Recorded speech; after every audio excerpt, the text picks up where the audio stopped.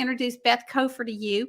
Beth is an English teacher, as she does the high school English video courses.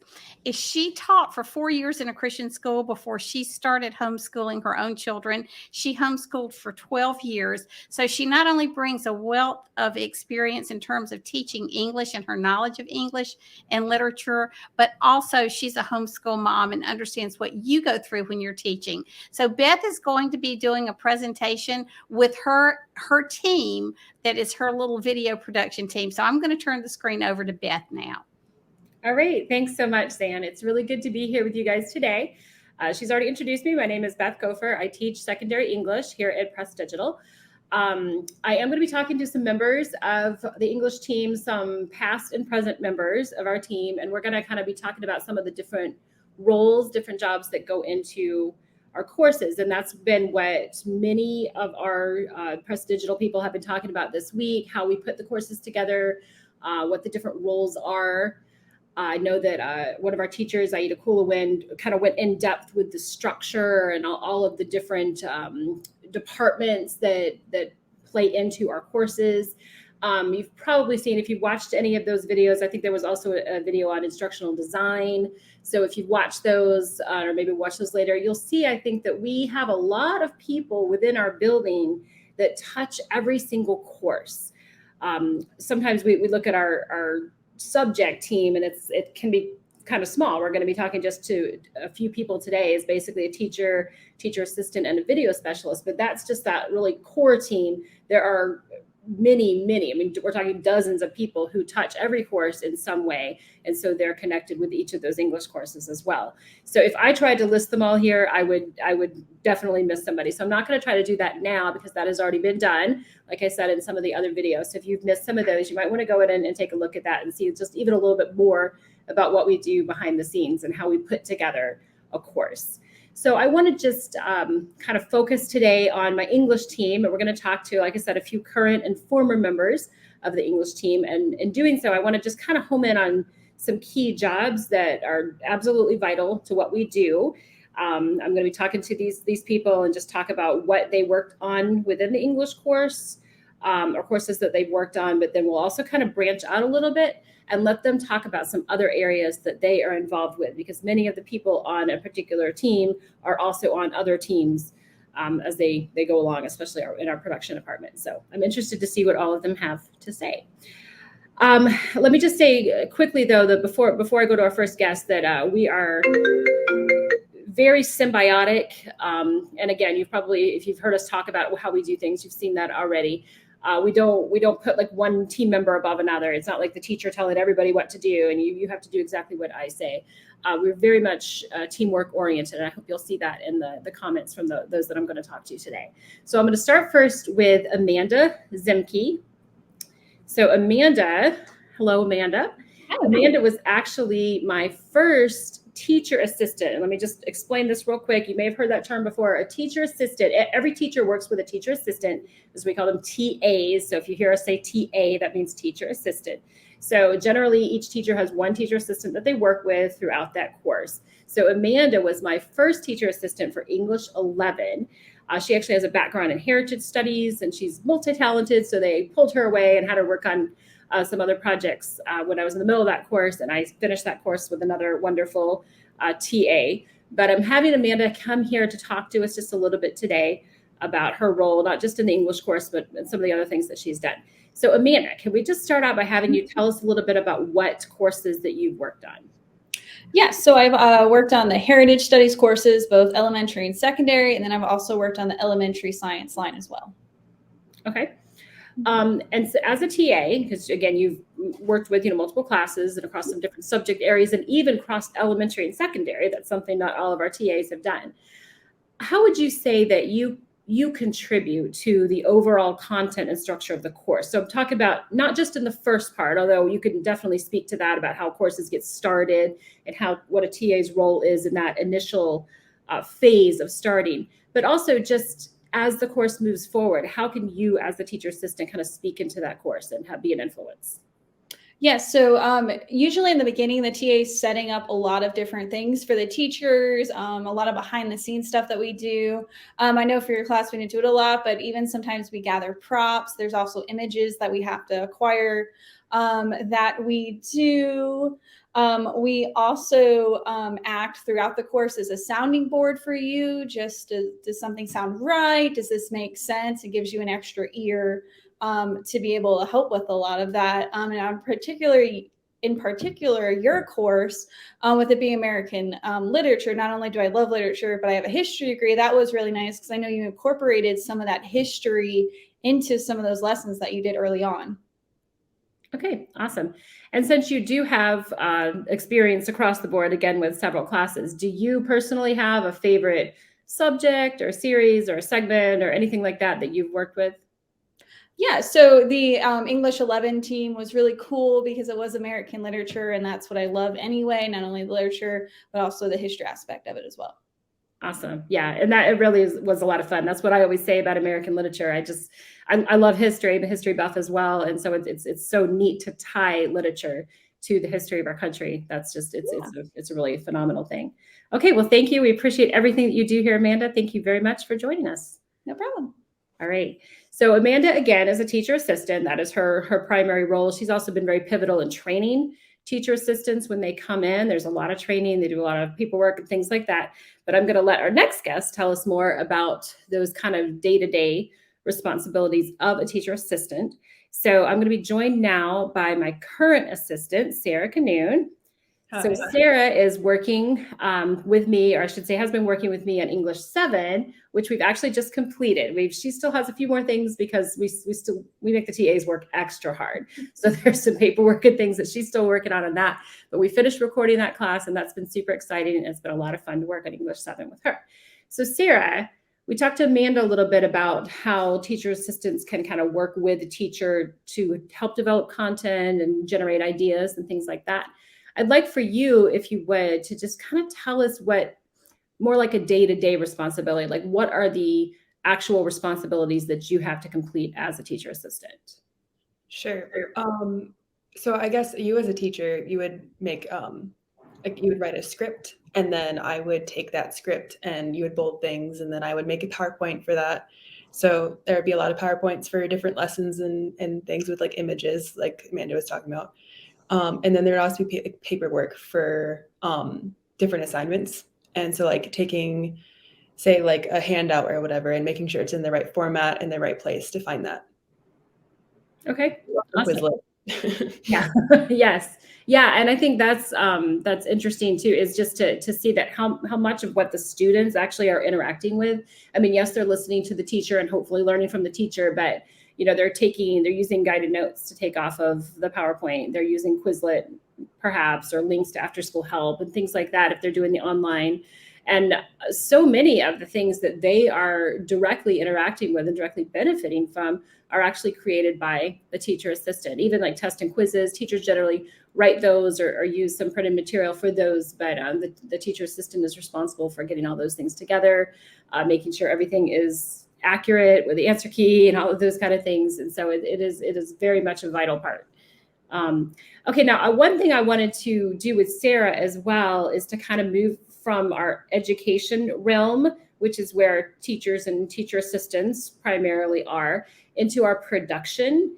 And again, those of you who've seen some presentations maybe from other people at Press Digital have heard us talk about production. And the production department is where we have our scriptwriters, the people who produce the segments, or video specialists, lots and lots of like super important people out there. And Sarah is actually going to be transitioning to be a full-time script writer. And so when I say script writer, that doesn't mean she's writing the script for the teachers. The teaching, we write our own scripts. That's all of us teaching. Sometimes we get asked that question. So our script writers do not write scripts for us, the teachers, but they write scripts for our special segments that are incorporated into our classes. So Sarah, can you tell us a little bit about what you have already been doing and what you will be doing as a scriptwriter? Sure. So a project that I'm working on right now is something for Bible doctrines, and just getting to write different things about doctrinal, I call them doctrinal dilemmas different things that are hard to think about, and getting to write scripts, helping kids think about it. So different things like that I'm working on right now. Okay. What do you think is the hardest thing about script writing? Probably there's a lot of different educational things that you have to think about, and like even if it's not your subject, like I'm not necessarily a science person and I'm about to be writing a science series, so like figuring out how to write something educational and have it be interesting, and I guess learning it as I go.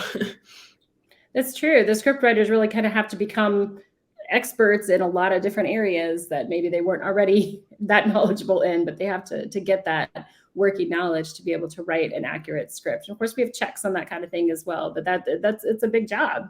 That's a big ask for all of you guys out there. Okay, well, thank you very much for joining us. That gives us a little glimpse again into both the education part of our building and then the production part with scriptwriters and production people and all of that. And so I want to move next to another member of our production department. And let me just, before we actually are joined by Emily, I want to just this kind of with a broad brush, just delineate what we do in the building. Again, I'm not going to go into the nitty gritty because that's not what I'm doing today, and I'm going to miss somebody. But again, our education part has its own management. We have teacher assistants. We're the ones creating most of the content for the courses themselves, for the actual lessons. We're teaching the textbooks, of course. But then we have a whole production department that's like its own little separate brain trust out there, because as you just heard Sarah talk about, they have to come up with that material for the segment series. And then we have to have the technical people who know how to push all the right buttons and know how to make things look good. I'm blown away so much by our production department and how good they make us look. They're really the ones who deserve most of the credit. We just kind of stand up and talk, but they're phenomenal.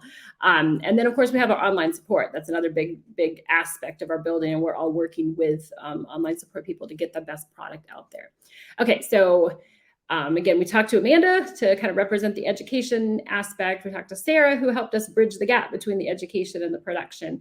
And now I would like to talk to Emily Butler. And Emily is my current video specialist for English 7. Again, we've just finished recording. That was super exciting, but she's been with me through all of English 7. And Emily has been involved in many other projects as well. Emily has also done on-camera work, on-air talents. You might see her in even some segments through some of the courses. But I want to start today, Emily, if you could just maybe tell us a little bit about your process in the studio. I always say it's kind of like a pre-flight checklist that she has when she goes in the studio. So kind of talk us through what you have to do to get ready to record a lesson. Yeah, first off, I get a cup of coffee because that's just how I start off my day, and it just makes everything go a lot smoother. But anyway, in reality, I get into the studio and I make sure that the cameras are all set up at the right height so that the set is all full in view, the right shots. Usually we start on a little bit longer shot where you can see the whole set, and then I'll have a more medium, so what we call it medium shot, where you can just see just the teachers so that the students can focus a lot more on what's being said by Beth. And I get the project set up in the editing software that we use and record in. And I also make sure the teleprompter is all ready, pull up the script that Beth has already written, have that all good to go so that when Beth is ready, we can just get started and make sure the PowerPoint is good to go. And then that's basically what I do when I first get in there in the morning. She makes it sound so easy, but it really is a lot, but she does it seamlessly and well. So Emily, as a video specialist, obviously the things that you just described are like kind of the technical aspects, what I call the mechanics of the course. What do you feel like you can contribute? Those are obviously very, very important, very vital, but what would you say as a video specialist that you can contribute to a course beyond the technical aspects? Well, in the studios, especially, I am the first set of eyes and ears to see the lessons as they're being recorded. So I need to be paying attention and making sure that nothing is getting missed in the script. Sometimes eyes can skip, down a couple lines, or the script didn't get transferred over to the teleprompter correctly, or making sure that no one has misspoken, making sure that the PowerPoint is up for long enough so the students can read and comprehend how long, for as long as they need to understand the content on the PowerPoint. So really, I mean, that's the main way that I contribute to it, is just being the first eyes and ears to listen and to really make sure that nothing is being missed, that everything is being communicated clearly, and things like that. Yeah, I love the way you said that, with being the first eyes and ears, because it's really true. We do have a quality control department that looks at all of our videos, even multiple pairs of eyes on it, but mistakes can happen. And Emily does a great job of catching things before they get to them, because if we don't catch things, then we got to go back in and fix them or decide whether to fix them. And so it is really great. So in addition to doing all the technical things that she has to do in the studio, she's also kind of watching for that. And she does. She's, caught me like saying adjective instead of adverb, or, that kind of thing. And she's actually caught me on, I believe, 2 occasions trying to wear 2 necklaces at the same time. So, she's very important. And I appreciate that, because I would have looked pretty silly. So yeah, just there's so many things that these video specialists have to be watching out for. They really have to have kind of eyes in the back of their heads, and, everywhere else too. Okay, so Emily, just to wrap up, you have been involved, you're a video specialist, not just for my course, but you've worked with other courses and worked on a lot of special segments. And like I mentioned before, you've even been in some special segments. Do you have a favorite segment series or subject, or just a favorite anything that you've worked on? Wow, that's really hard to ask. I like everything that I work on, but really right now, one of my favorite series that I'm working on is called Math and Time, and it is for Math 6, and it's only 4 segments, so like those educational videos that can be inserted into lessons or put onto TTO. And this one is a quirky inventor time traveler who is trying to go back in time to meet famous mathematicians, and that is really fun to work on. And also one of my other favorite ones that I did was just a one-off segment. It was a song, Lift Every Voice and Sing, and that actually was put into English 7, which was really fun to be able to record the lesson and also record the segment that went into it. Awesome. That's cool. And yeah, that was a really special segment. You guys worked very, very hard on that. It was beautiful. It was beautifully done. All right. So thank you so much, Emily, for letting us know about what a video specialist does.